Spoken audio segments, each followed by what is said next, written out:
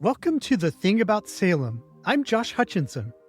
This is Sarah Jack. For International Women's Day, we're taking time to reflect on the experiences of women who have faced the devastating consequences of witchcraft accusations.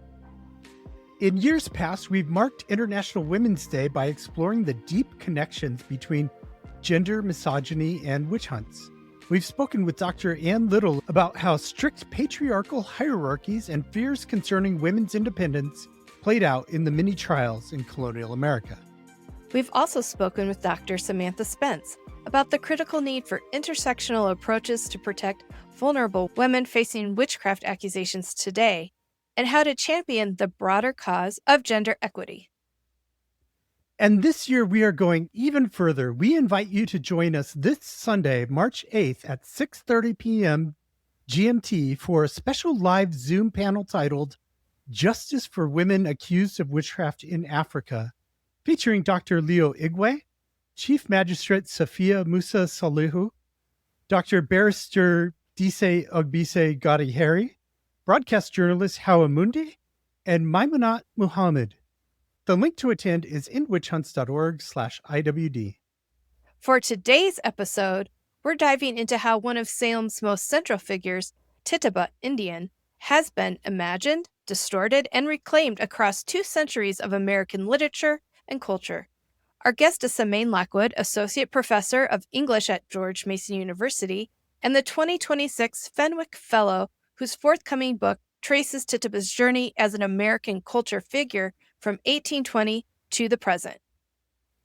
We'll explore why works like a largely overlooked Anne Petrie novel marked a turning point in how Tituba is represented, and what it means that so many generations of writers have returned to Salem to ask who truly belongs in a just democracy. Welcome to the podcast, Samaine Lockwood. Can you tell us a bit about your background and what brought you to American literature? Sure.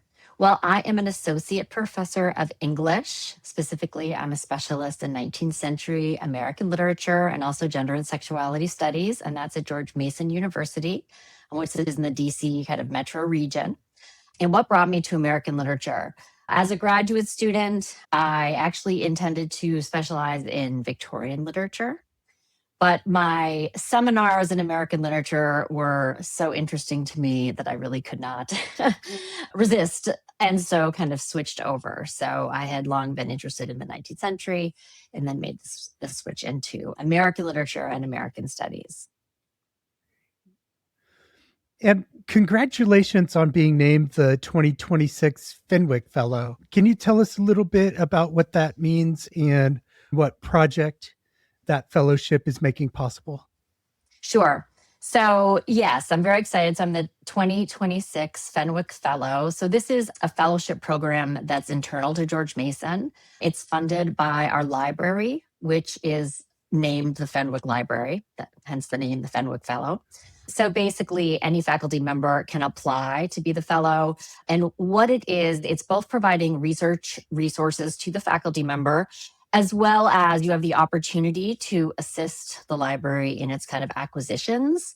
So you end up having a much more robust kind of set of books and other materials that are housed at your home library for your own research. And for me, that will enhance my research. It will also enhance the work that my students do in the many courses that have grown out of my work with Tituba Indian and kind of thinking about the Salem witch trials as they are represented in American culture. Also, it will fund some research. So for the epilogue of the book that I'm writing right now, I'm going to do like a 7 to 10 day trip to Salem to do a kind of immersive analysis of how Tituba Indian is being represented across the various kind of touristic spaces and memorial spaces in Salem. And the project has a title, Tituba Indian, The History of an American Cultural Figure. And so that is the lens you'll be looking through when you visit Salem and look for her there. Exactly. Yes. So as a literature professor, I mean, in the main, our research, of course, we write articles and we do other kinds of public facing things like podcasts and kind of general articles for more popular publications. But the book is kind of the main genre in which we share our research. And so I am writing a book that is provisionally titled, Tituba Indian, the History of American Cultural Figure. And so that is the project that I got the fellowship for. And so that project, basically, I am interested as a scholar of literature and American culture. I need to know about and am interested in kind of the historical truths of Tituba, but that is not the focus of my research. So my focus is specifically on how Tituba and the Salem story more generally, and I'm specifically interested in how kind of gender gets represented in that story and its representations, basically looking from about 1820 to the present day.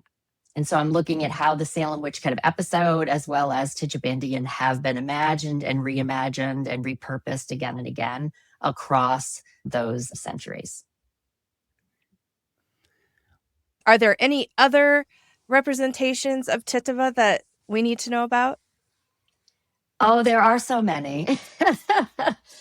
One thing to know that I found really interesting, this research, I've ended up, most of my projects, other than my work with Ann Petrie, my projects have been primarily focused on the late 19th century into the early 20th century. Literary scholars kind of continue, not always, but continue to mostly hold to a kind of periodization where your area specialty is like 1865 to 1915 or 1920, like thereabouts, right? Like the post-Civil War period. But this project has been great because now that I'm focused on Tituba and how she's represented and how the Salem story is represented, I've really broken out of that and I'm looking across centuries of American literature and culture. So many different ideas for things to read.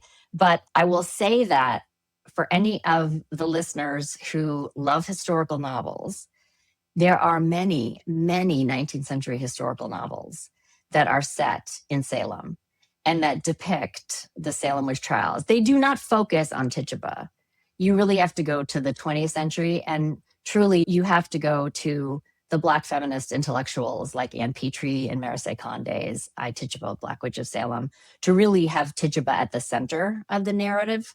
Those 19th century novels tend to represent Tituba in very predetermined and racist ways. Even so, they are offering interesting kind of takes on the Salem witchcraft trials, and they're integrating Tituba in a kind of variety of different ways. Some of the most interesting ones from a cultural perspective are, to some degree, some of the most disturbing ones. There are just so many. But one that I think is very interesting is there's this author named Henry William Herbert, and he wrote this book called The Fair Puritan. It was a novel. He wrote it in the 1850s. It wasn't published until the 1870s. And in it, he has a Tituba character who actually isn't the Tituba of Salem, but is the kind of fascinating indentured / enslaved, we're not really sure, young Indian woman in the house of a fanatical Puritan, who is also the son of a regicide. I mean, it's like crazy. But there are these Gothic novels with these crazy plots. So there's just so The Fair Puritan is one. Lots of people, even though he doesn't have Tituba, lots of people talk about Lois the Witch, which is actually by British author Elizabeth Gaskell, which is one of the first to depict a kind of female villain, to depict like a jealous woman as the one who's using witchcraft kind of accusations in order to forward her own personal agenda, which is a major plot.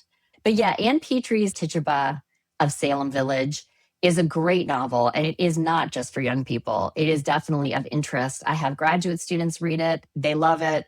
It's a really great novel and one that is much less known than Marise Konde's and came before it by a couple of decades.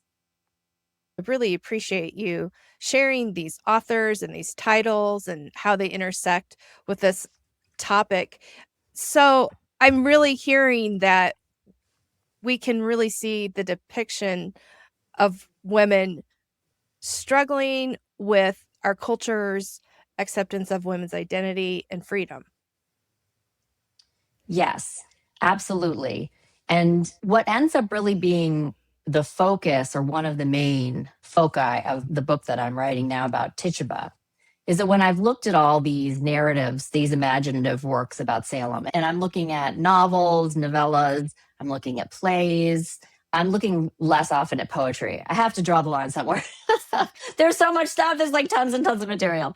But yeah, so one thing that I'm realizing is that like these stories of Salem, witchcraft generally, but also just to narrow down specifically on these like fictional recreations of Salem, it's so fascinating to me how the Salem story really ends up being a story that is supposed to teach contemporary Americans something about rightful citizen, like correct moral citizenship, and is supposed to, by like negative example, demonstrate what should not be happening in society, in a democracy, in a post-Enlightenment like world.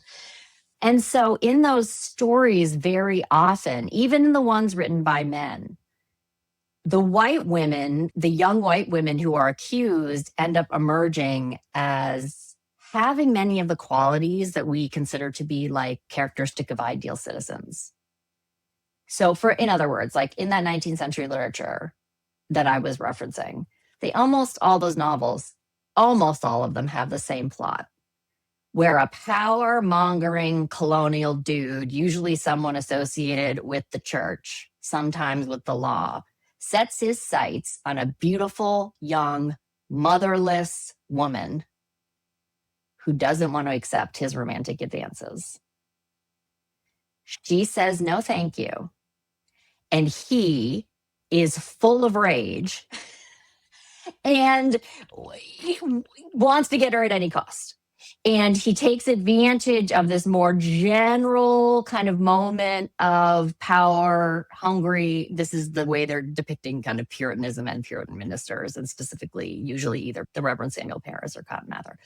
He decides that he's going to use witchcraft's accusation to either seek his revenge upon her or get her to consent to marry him.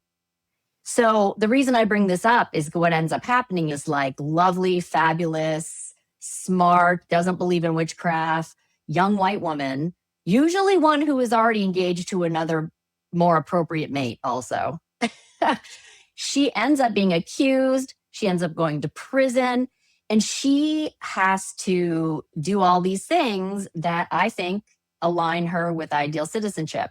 She has to like not lie, not confess, take the easy way out, so to speak. She has to deal with the imprisonment and the physical pain. She has to continue to hold by her values. She demonstrates like empathy. She demonstrates like Christian morality. She does all these things. Most of the time, she ends up rescued or ends up not being executed. Sometimes it doesn't go that well, but usually she's okay. And what happens, one thing I'm really interested in, is that basically white women emerge from this literature, these wrongfully accused white women, wrongfully accused of witchcraft, end up emerging from this literature as looking like some of the very best citizens that a community can have. And certainly citizens you want in democracy, right? I mean, they anticipate someone like John Proctor, who is totally idealized in Arthur Miller's The Crucible.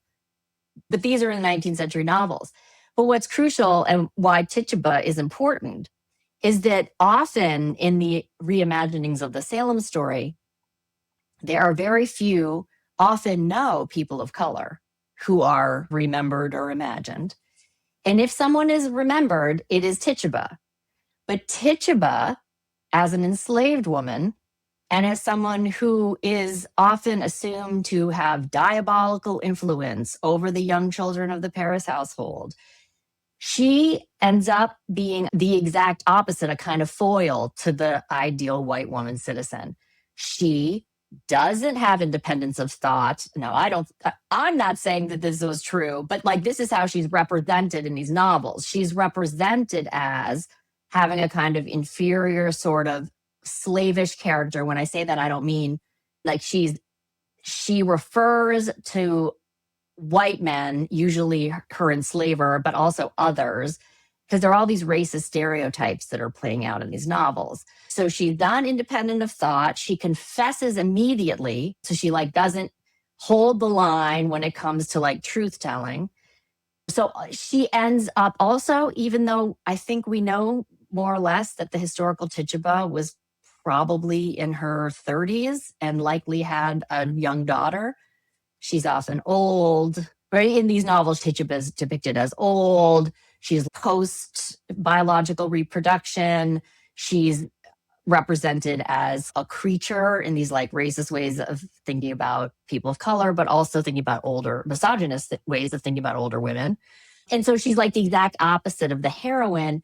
And she ends up serving a really important role in this like development, in this recognition, I'm arguing, of the way that like the white woman comes to show that she can be an ideal citizen. That's very much in contrast to the woman of color. We have to ask ourselves, what does that mean across like almost 30 different novels from the 19th century in the exact period where you have the 13th, 14th, and 15th Amendments, the end of the Civil War, emancipation, questions of Black citizenship, questions of Black suffrage. Like these all kind of, I think, are ultimately related.